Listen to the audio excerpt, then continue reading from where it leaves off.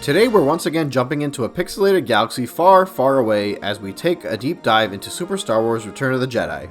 For the Super Nintendo Entertainment System, released in 1994, this game holds a special place in the hearts of many gamers and Star Wars fans alike. So grab your lightsaber and get ready for a nostalgic journey through the final chapter of the Super Star Wars trilogy. To fully appreciate Return of the Jedi, it's important to understand its context. The early 90s were an exciting time for video games, especially for fans of the 16-bit era. The Super Nintendo was the console that many of us associate with that golden age of gaming. LucasArts, a studio renowned for its storytelling and innovative gameplay, had already made a significant mark on the gaming world with the first two games in the Super Star Wars series. They were both huge successes, capturing the essence of the original trilogy with challenging platforming gameplay and pixel-perfect graphics.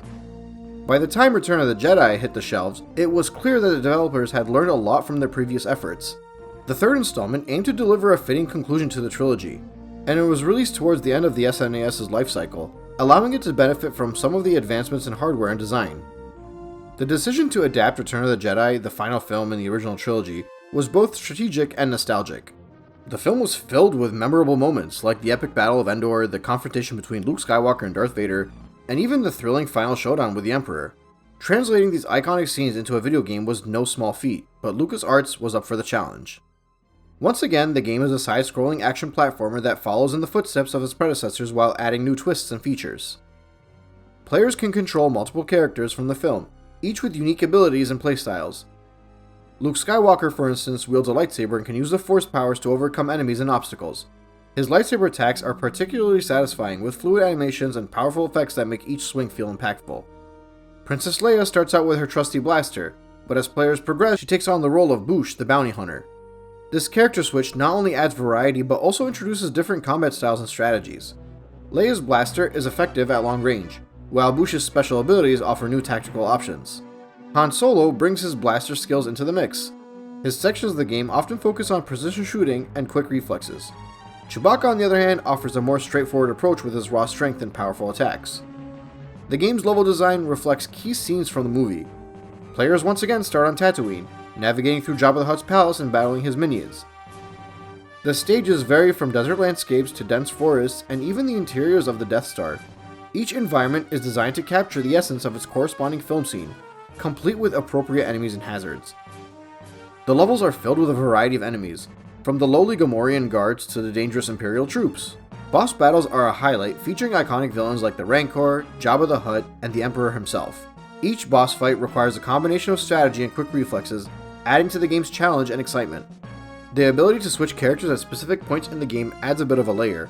Certain levels or segments may be easier with specific characters, encouraging players to think carefully about how to approach each challenge. This mechanic also keeps the gameplay fresh and engaging. Overall, the gameplay of Return of the Jedi is a blend of action and strategy. The platforming elements, combined with a variety of characters and their abilities, creates a dynamic and enjoyable experience. Moving on to the visual and audio aspects of the game, Return of the Jedi is a showcase of what the SNES could accomplish in terms of graphics and sound. The game features detailed pixel art that captures the essence of the Star Wars universe. The environments are richly designed, with vibrant colors and intricate details that bring the iconic locations to life. Whether you're traversing Tatooine or exploring the lush forests of Endor, the visuals do an excellent job immersing the player in the Star Wars universe. And the character sprites are well animated, with smooth movements and expressive designs. The enemies and bosses are equally well crafted, with each one reflecting design and style of their movie counterparts. And the soundtrack of Super Star Wars is another highlight. Composed by Matt Furness, the chiptune renditions of John Williams' iconic scores are both nostalgic and memorable. Tracks like the Imperial March and the Ewok Celebration are given a unique twist through the SNES's sound hardware, making them instantly recognizable. The sound effects are also noteworthy, from the blaster shots and lightsaber clashes to the roars of the various creatures. The audio design adds to the immersion. The combination of these elements creates a rich and engaging auditory experience that complements the gameplay. Now, once again, one of the defining features of this game is its difficulty. The game is known for being quite challenging, with the demanding platforming sections and tough enemies. However, I will say, this game is much better than the previous two when it comes to the difficulty.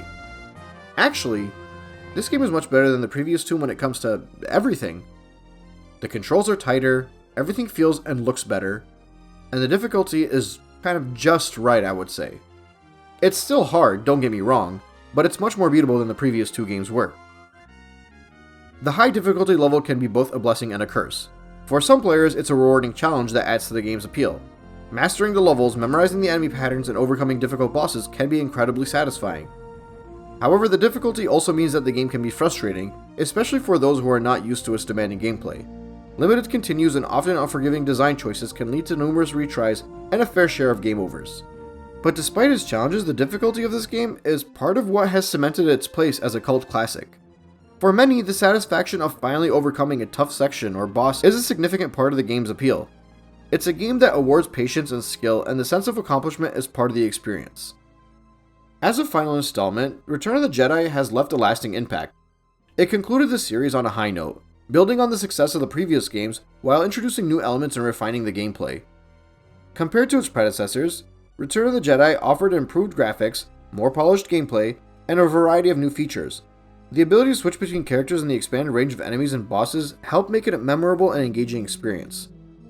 While the game was not without its criticisms, it remains a beloved classic among retro gaming enthusiasts and Star Wars fans alike. Its place in video game history is secure, as it represents a significant moment in the adaptation of film franchises into gaming. Even today, Super Star Wars Return of the Jedi continues to be celebrated. It's a testament to the creativity and dedication of the developers, and it offers a glimpse into how video games were evolving in the 90s. For fans of retro gaming and Star Wars, it's a nostalgic treasure that's still worth experiencing. But how does Super Star Wars Return of the Jedi hold up in today's gaming landscape? In a world dominated by high-definition graphics and complex gameplay mechanics, the 16-bit classic offers a charming throwback to a simpler time. For new players, it's a fascinating look at how video games have evolved.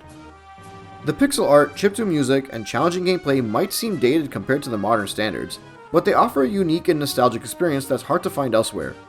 For longtime fans, revisiting the game can be a heartwarming journey back to the 90s. It's a chance to relive the excitement and challenge of a game that defined a part of their childhood. The game's difficulty and design choices are reminders of a time when games were all about mastering skill and perseverance. In a way, Super Star Wars Return of the Jedi stands as a bridge between the two eras of gaming. It captures the essence of the original Star Wars trilogy, while showcasing the early 90s gaming technology and design philosophies. Its legacy endures, and I think it remains a beloved part of both the Star Wars and the gaming worlds. To wrap things up, Super Star Wars Return of the Jedi is in my opinion the best game of the classic trilogy. If you're only going to play one, play this one. I would almost be inclined to say you can do it without save states and a rewind feature.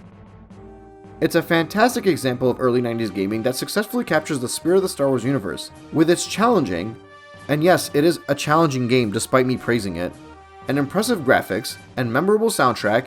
It stands out as a beloved classic. Whether you're revisiting it for nostalgia or experiencing it for the first time, there's no denying the impact this game has had. It's a reminder of a time when video games were all about pure, unadulterated fun and challenge. But anyway, thanks for joining me on this journey through the Super Star Wars series. And, yeah, screw it, I'm just gonna say it. May the Force be with you. Thanks for watching. Dean, out.